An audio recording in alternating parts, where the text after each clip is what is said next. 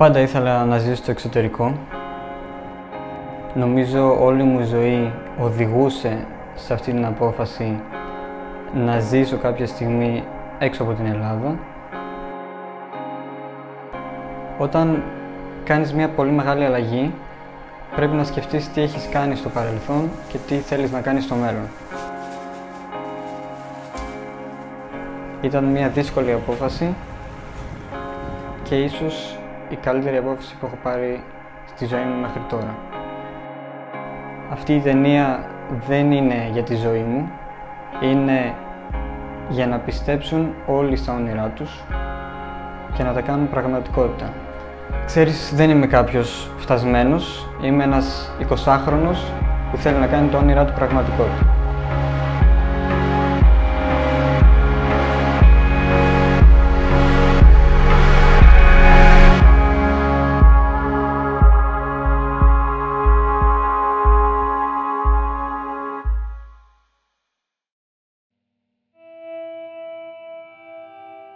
Μεγάλωσα στη Θεσσαλονίκη, σε μια πολυκατοικία μαζί με τους γονείς μου και τον μεγαλύτερο αδερφό μου. Οι αναμνήσεις που έχω από την παιδική μου ηλικία είναι μόνο ευχάριστες. Πραγματικά ήταν πολύ ωραία και ιδιαίτερα χρόνια εκείνα.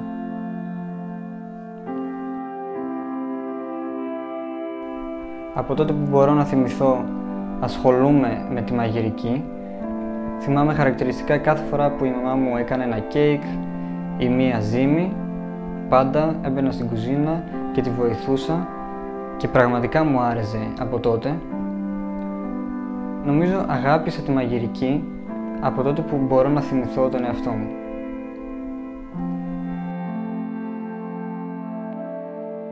Είναι κάτι για το οποίο ποτέ δεν έχω μιλήσει τόσο δημόσια. Είναι ένα πολύ ευαίσθητο θέμα.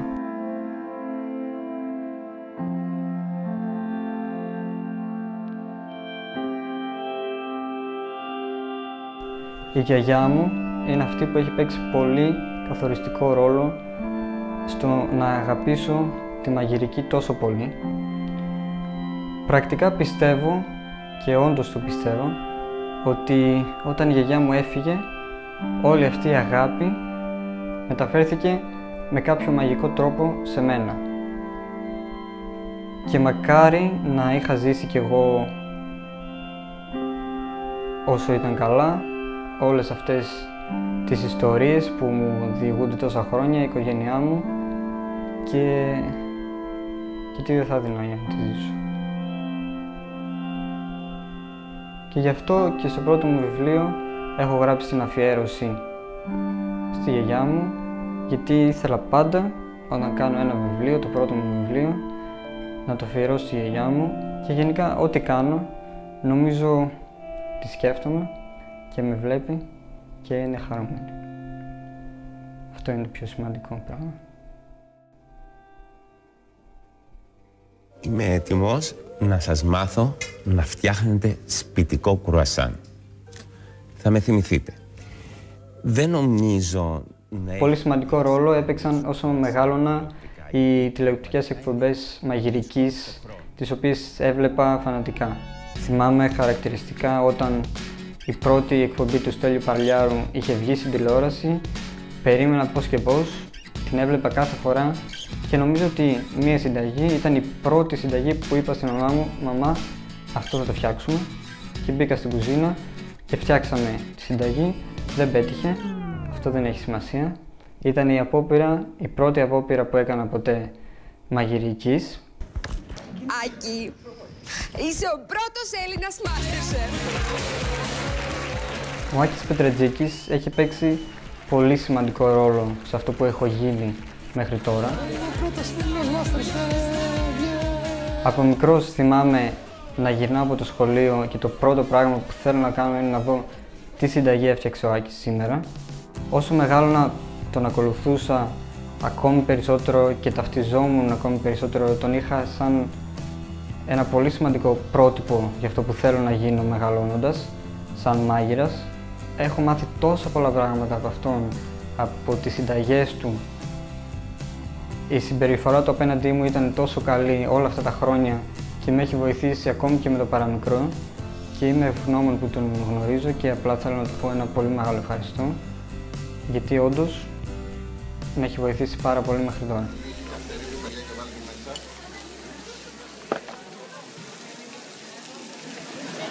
Κοίτα εδώ πόνος μαζεύτηκε, κοίτα πόνος μαζεύτηκε για να σε δει να μαγειρεύεις, Πολλές φορές ακολουθούσα πολλούς σεφ οι οποίοι έρχονταν στη Θεσσαλονίκη και ήθελα πάρα πολύ να τους δω.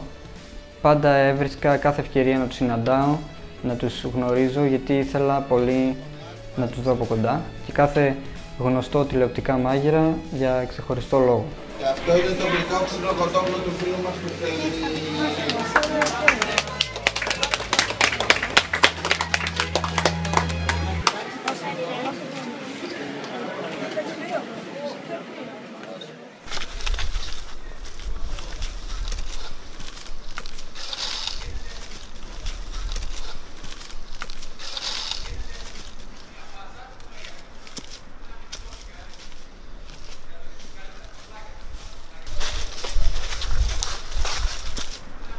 Αυτός ο μήνας είναι ο τελευταίος.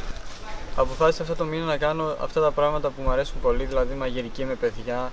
Και ποιος είναι ο καλύτερος τρόπος να ξεκινήσω από το να έρθω στο σχολείο μου που με έχει υποστηρίξει τόσο πολύ όλα αυτά τα χρόνια και τους αγαπάω και με αγαπάνε και αυτή η σχέση που έχουμε είναι πάρα πολύ ωραία.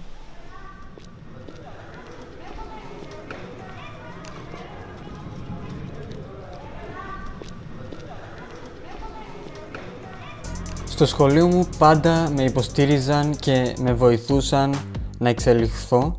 Έπαιρναν τις ιδέες μου και τις έκαναν κάτι καλύτερο από αυτό που είχα φανταστεί.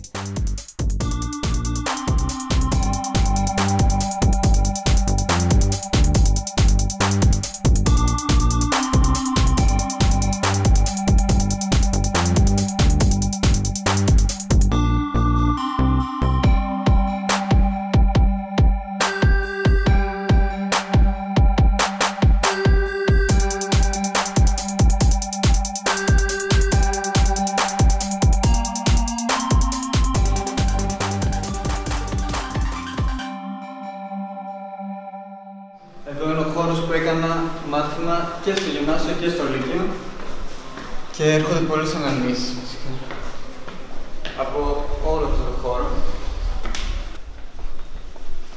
Έχω την εντύπωση ότι αυτή ήταν η αίθουσα που έκανα μάθημα στην τρίτη λυκείου. Δεν μπορώ να πω ότι έχουν αλλάξει και πολλά πράγματα, αλλά έχουν ζήσει τόσες στιγμές σε αυτή την αίθουσα, χρόνια ολόκληρα, και όχι μόνο σε αυτή την αίθουσα, αλλά και σε όλο τον όροφο και στον πάνω. Και έχει και θέα, οπότε στα διαλύματα βλέπαμε τι γίνεται. Σε αυτή την αίθουσα είχαμε κουρτίνες παλιά και εγώ μία φορά όπως ήταν να κλείσω την κουρτίνα, φεύγει όλη κάτω και γι' αυτό από τότε έχουν βάλει αυτά και δεν έχουν πλέον κουρτίνες. Και τσακ, ο Θέμης πλέον δεν μπορεί να χαλάσει τις κουρτίνες γιατί δεν υπάρχουν.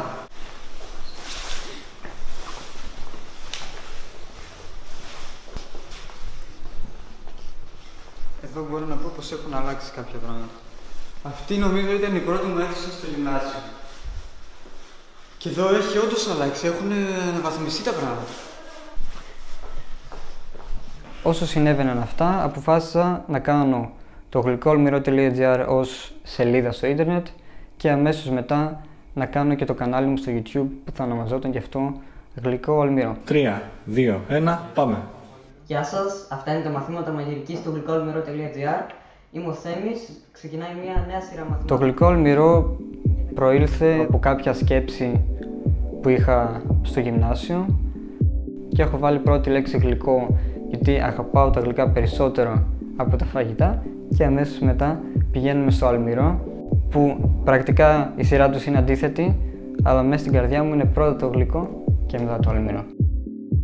Με τον καιρό κατάλαβα ότι το χρησιμοποιεί πολλοί κόσμος στις καθημερινές του εκφράσεις, δηλαδή ας πούμε τι θα φας σήμερα, γλυκό ή αλμυρό, και τσακ το σκέφτεσαι και λες θα μπω στο γλυκό αλμυρό.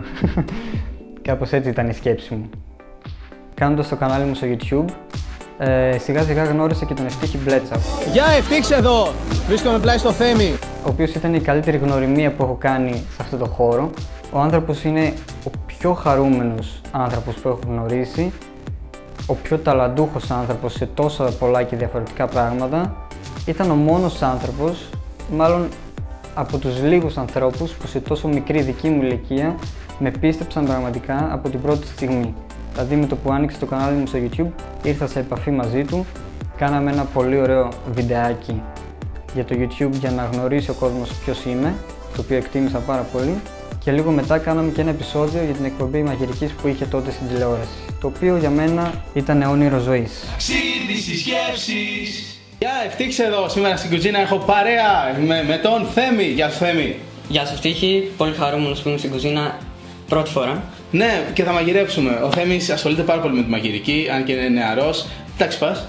Πάω τρίτη γυμνασίου, 14 χρονών. Με βοήθησε να κάνω ένα όνειρο πραγματικότητα ο Ευτύχης. Του χρωστάω πάρα πολλά και αυτά που είπα τώρα είναι μόνο κάποια από όλα αυτά που έχει κάνει μέχρι τώρα για μένα. Και μετά από όλα αυτά, τις εκπομπές και τα βίντεο, είδα ότι όλο αυτό έχει κάποια επιτυχία και αρχίζω να κερδίζω κάποιο κοινό μέσα από όλο αυτό. Μέχρι τότε ήθελα να προωθήσω τον εαυτό μου ως ένα παιδί που μαγειρεύει. Γιατί δεν υπήρχε πουθενά στο ελληνικό YouTube. Εσύ πιπέρι. Δεν υπάρχει διαφορά αν το ξύλο είναι πλαστικό ή ξύλινο. Τι είπα, αν το ξύλο είναι πλαστικό. Μία πρέζα δεν αρκεί για να ανεβάσει η πρέζα, θα πω καλύτερα. Απλά αυτό βάλω στο ψυγείο για λίγη ώρα, 3-4 ώρες. Ήταν ίσως η πιο χαρούμενη περίοδος της ζωής μου εκείνη η περίοδος, γιατί συνέβαιναν τόσο ωραία πράγματα. Όλους τους συγγενείς που έχουν δώσει τόσο μεγάλη βοήθεια τα τελευταία χρόνια, που έχουν δώσει τόσο μεγάλη, μαζί με τορτίγια dip. Δεν ξέρω αν είναι τορτίγια dip. Τορτίγια σκέτο. Καλά ακούστηκε. Πάμε ξανά. Ειδήσεις της εβδομάδας στο δελτίο ειδήσεων του Εθνικού Αλμυρό. Θέμη, πάμε σε σένα. Ναι, Θέμη, καλησπέρα, σ' ακούω. Είναι πραγματικά. Όμως, μέχρι να γίνουν όλα αυτά, είχα γίνει 18 και σταμάτησα να είμαι το παιδί που ήμουνα μέχρι τότε και δεν μπορούσα να το προωθήσω αυτό. Και τότε είναι που αποφάσισα να ξεκινήσω να σπουδάζω αυτό που αγαπώ. Πάμε να ξεκινήσουμε. Η πρώτη χρονιά εκτός σχολείου ήταν η πιο δύσκολη και η πιο γεμάτη χρονιά που είχα στη ζωή μου μέχρι τώρα. Είχα τη σχολή ζαχαροπλαστικής και ταυτόχρονα τα απογεύματα δούλευα. Οπότε ήμουνα σχολή το πρωί, δουλειά, σπίτι. Και αυτό κάθε μέρα. Τα Σαββατοκύριακα δεν έβγαινα ποτέ έξω, δεν έζησα ποτέ ως φοιτητής. Τον ίδιο χρόνο, το Μάιο, πήγα για πρώτη φορά σεζόν στη Χαλκιδική. Και ήταν σίγουρα η πιο μεγάλη αλλαγή που είχα κάνει μέχρι τότε.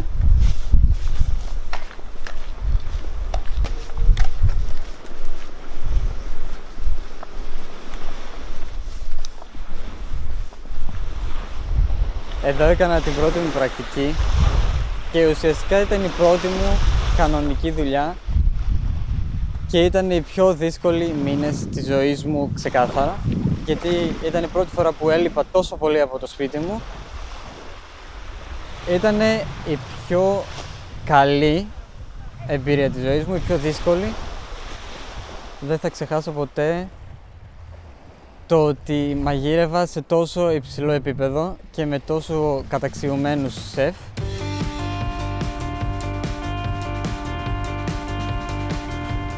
Αυτό ήταν μια εμπειρία ζωής που δεν περίμενα ποτέ ότι θα ζήσω τόσο σύντομα στη ζωή μου, δηλαδή κατευθείαν σε 18.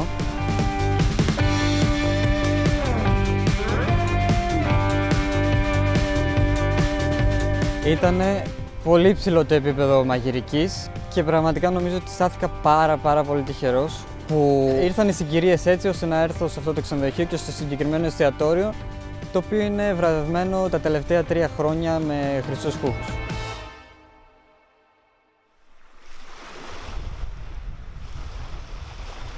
Είναι 5 Δεκεμβρίου και μένουν 25-27 μέρες μέχρι να φύγω για τη Γαλλία. Μέχρι τώρα αυτός ο μήνας είναι κάπως μελαγχολικός, γιατί νιώθω ότι πλησιάζουν οι μέρες, νιώθω ότι θα φύγω και δεν νιώθω ωραία, δεν έχω την ίδια ανυπομονησία που είχα τόσο καιρό που έλεγα «Άτι ωραία που θα φύγω και θα κάνω κάτι διαφορετικό, θα αλλάξει η ζωή μου, θα μένω στο Παρίσι, πόσο καλύτερο». Ακόμα το πιστεύω αυτό και είμαι ευγνώμων που θα μου συμβεί αυτό στη ζωή μου, αλλά το να αποχωρήσεις τους φίλους σου και την οικογένειά σου για τόσο μεγάλο χρονικό διάστημα είναι δύσκολο. Ο στόχος μου τον επόμενο χρόνο είναι να πάνε όλα καλά στο Παρίσι με τις σπουδές μου, να τα πάω όσο καλύτερα γίνεται και στο τέλος της χρονιάς να βρω μια πολύ ωραία δουλειά σε κάτι πολύ καλό και μάλλον να μείνω στο Παρίσι.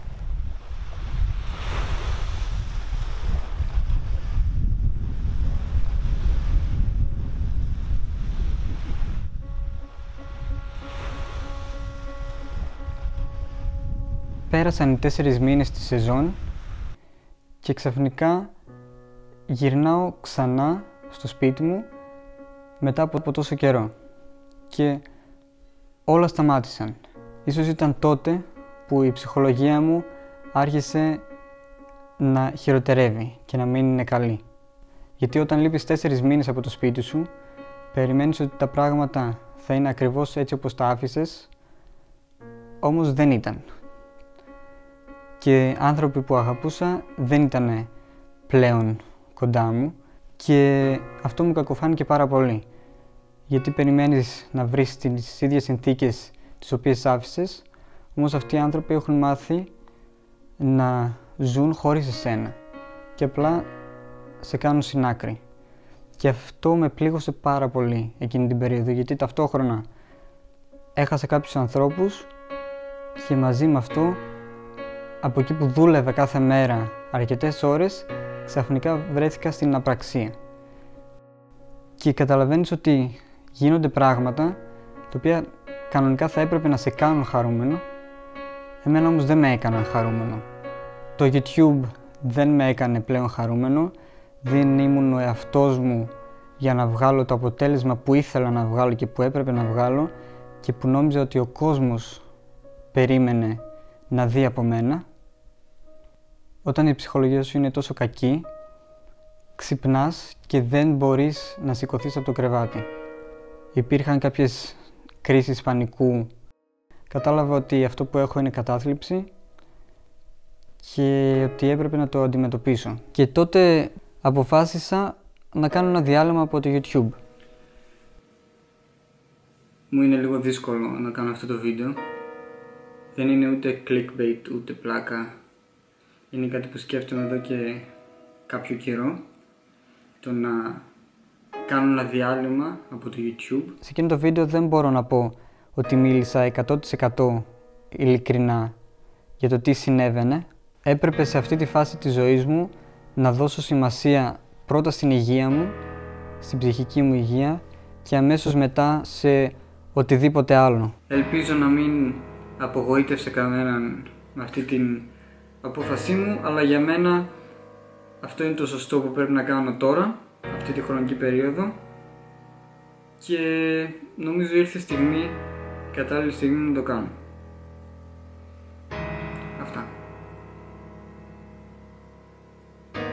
Και η ψυχολογία ξαφνικά πέφτει και πέφτει και πέφτει κι άλλο και φτάνει σε ένα σημείο που λες όπα, εδώ είμαστε. Όμως συμβαίνει κάτι ακόμη και μετά συνεχίζει η ψυχολογία σου να πέφτει και να πέφτει και να πέφτει μέχρι να φτάσεις στον πάτο. Από τον πάτο υπάρχει μόνο ένας δρόμος, να πας ψηλά.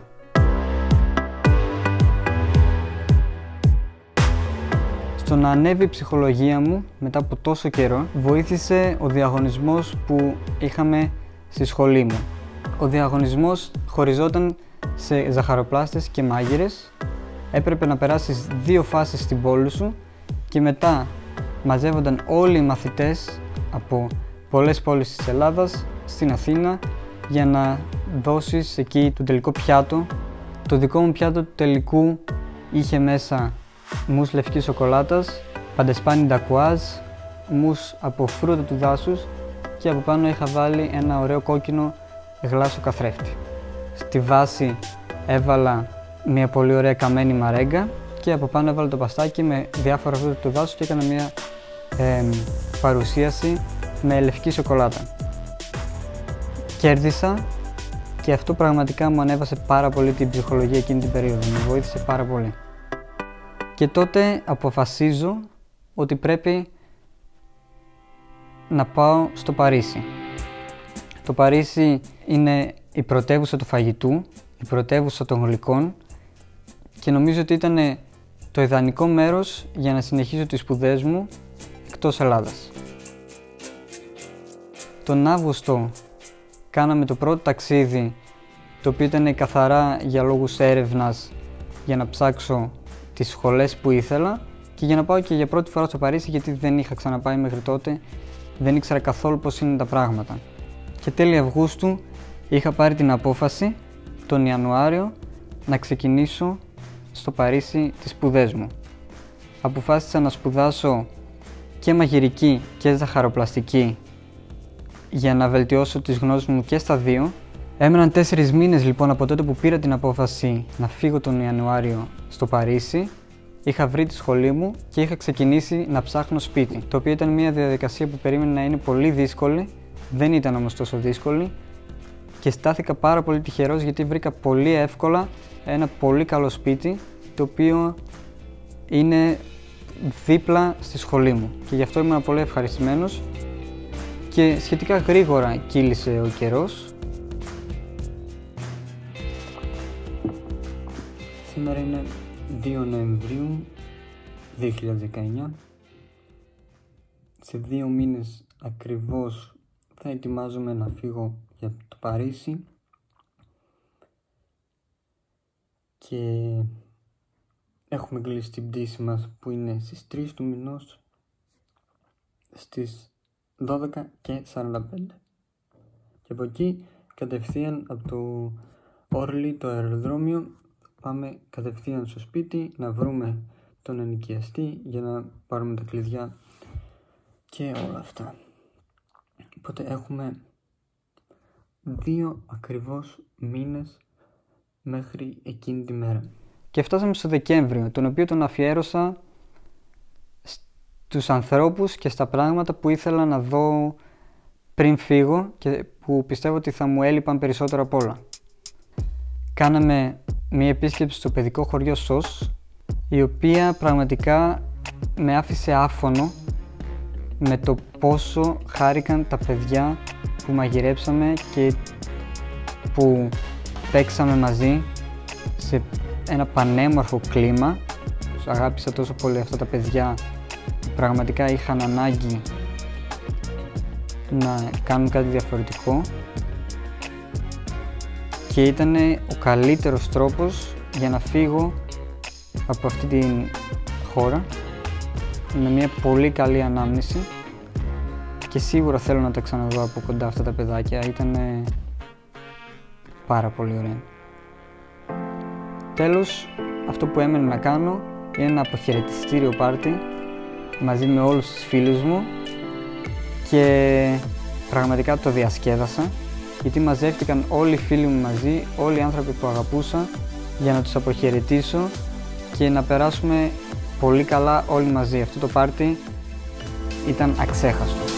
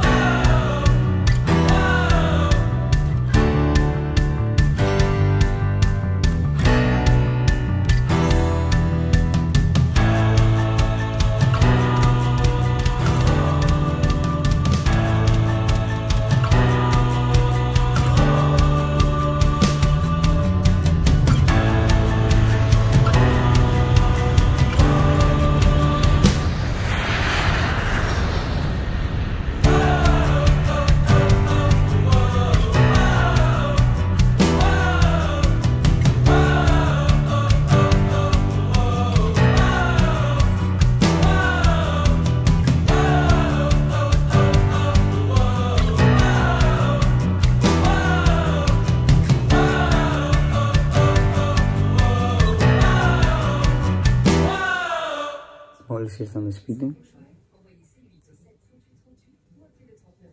Δεν ξέρω, είμαι απλά κουρασμένος.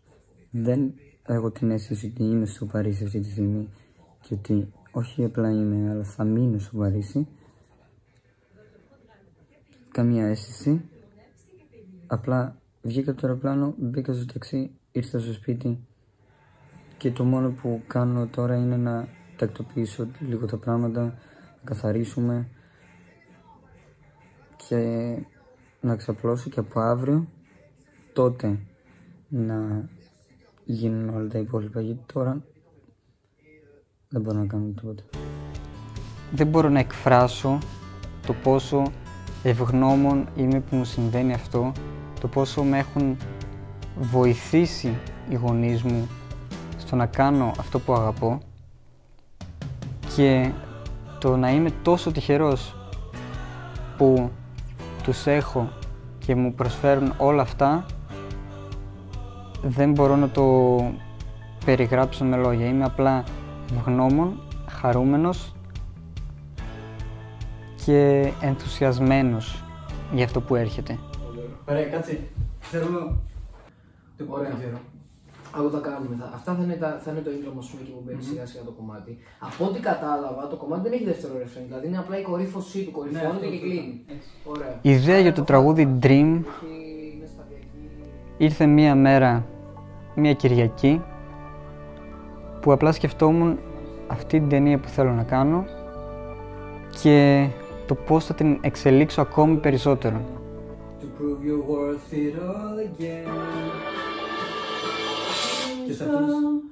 Και σε αυτό το σημείο θέλω να κάνεις κάπως έτσι.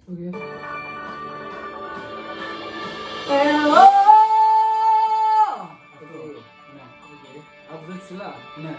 Cause dreams come true.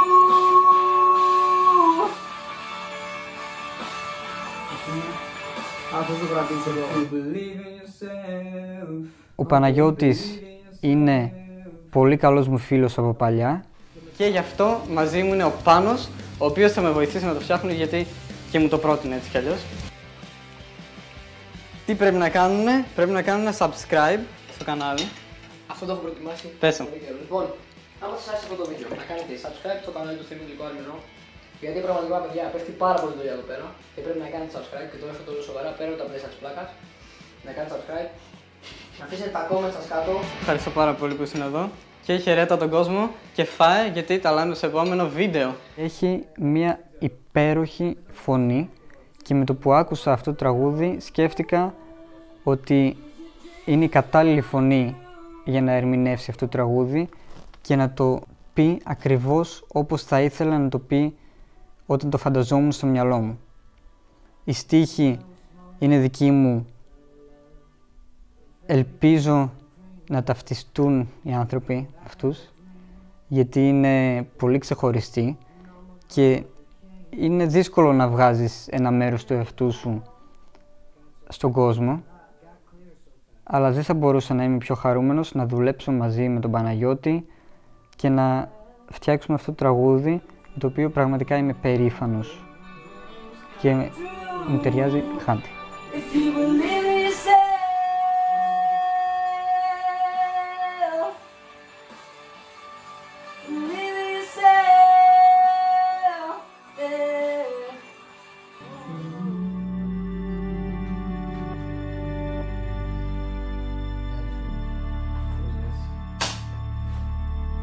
Leader avec 13 points d'avance sur son dauphin marseillais, le PSG reçoit Dijon, 17e, dernière équipe à l'avoir battu en championnat il y a de cela 14 matchs maintenant, c'était le 1er novembre lors du match aller. La formation parisienne est donc la seule encore invaincue en 2020.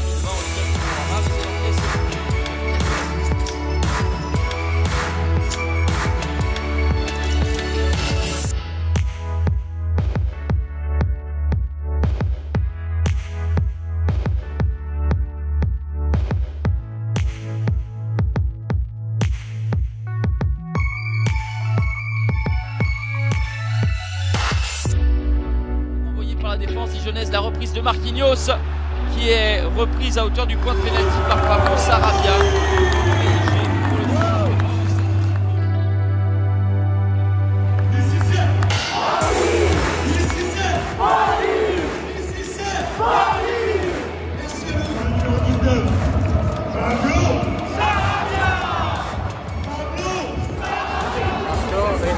καλή εμπειρία.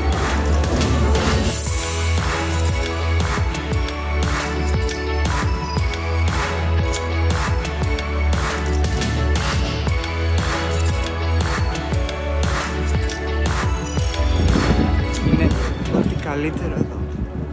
Μπορώ. Δεν θέλω να φύγω ποτέ. Δεν ξέρω τι σημαίνει. Αλλά δεν υπάρχει τίποτα καλύτερο. Δεν ξέρω.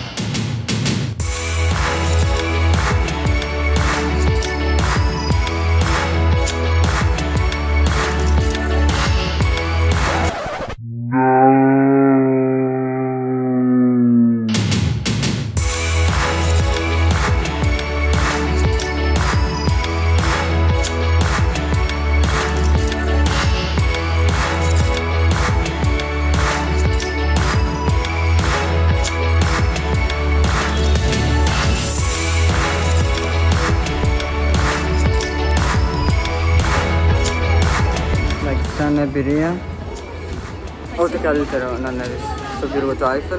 Δεν υπάρχει, βλέπεις όλο το Παρίσι πιάτο. Amazing, it's amazing.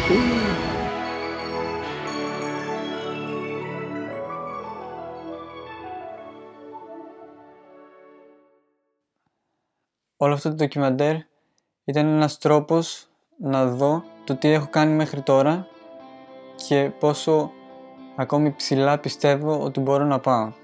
Όλοι περνάμε δύσκολες φάσεις. Αυτή ήταν όντως μια δύσκολη φάση που πέρασα. Τώρα όμως βρίσκομαι στο Παρίσι, κάνω αυτό που αγαπώ. Έχω ανθρώπους γύρω μου που με αγαπάνε και με στηρίζουν και είμαι σίγουρος ότι αυτό δεν το έχουν όλοι και είμαι πραγματικά χαρούμενος που έχω αυτούς τους ανθρώπους δίπλα μου. Δεν είναι εύκολο να κάνεις αυτή τη μετάβαση. Πολλοί μου λένε είσαι 20 χρονών και έχεις καταφέρει τόσα πολλά πράγματα. Δεν πιστεύω ότι έχω καταφέρει τίποτα. Περνάς σε αυτή τη φάση, νιώθεις ότι είσαι στο μηδέν. Και ξέρω ότι δεν είμαι ο μόνος που το νιώθει αυτό. Όσο χαμηλά και αν βρίσκεσαι, ό,τι και να έχει συμβεί, όταν έχεις ταλέντο, οι άνθρωποι το βλέπουν, το αναγνωρίζουν και θα σε βοηθήσουν να κάνεις αυτό που θέλεις. Το μόνο που χρειάζεται είναι σκληρή δουλειά και τίποτα άλλο. Πιστέψτε στον εαυτό σας, ό,τι και να συμβεί μην το βάζετε κάτω. Τολμήστε, κάντε τη διαφορά και κάντε τα όνειρά σας πραγματικότητα. Έλα, κόψεις ό,τι δεν θες, ρε. Έλα, πλησίασε. Τόσο πολύ είναι κι άλλα. Εντάξει, τέλειο ήταν. When I was small, I fell in love with everything I dreamed of. I had a dream of getting big, and all my goals became true. And as the path got clear so fast, the only thing I knew it was that when you stopped, you might get lost, and everything is feeling like a loss as the world is becoming yours. You're feeling happy when you're not. There are some days you feel depressed, you're feeling like nobody else. If you fall down, down, down, they let you down, down, down. Your heart is breaking now, now, becoming dead, no, no. You gotta get back up again to prove you're worth it all again. And oh, 'cause dreams come true.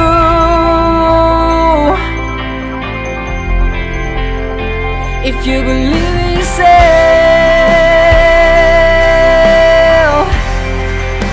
'cause dreams come true. Yeah. Believe in yourself,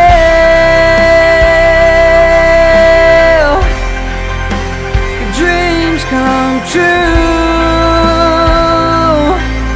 Yeah.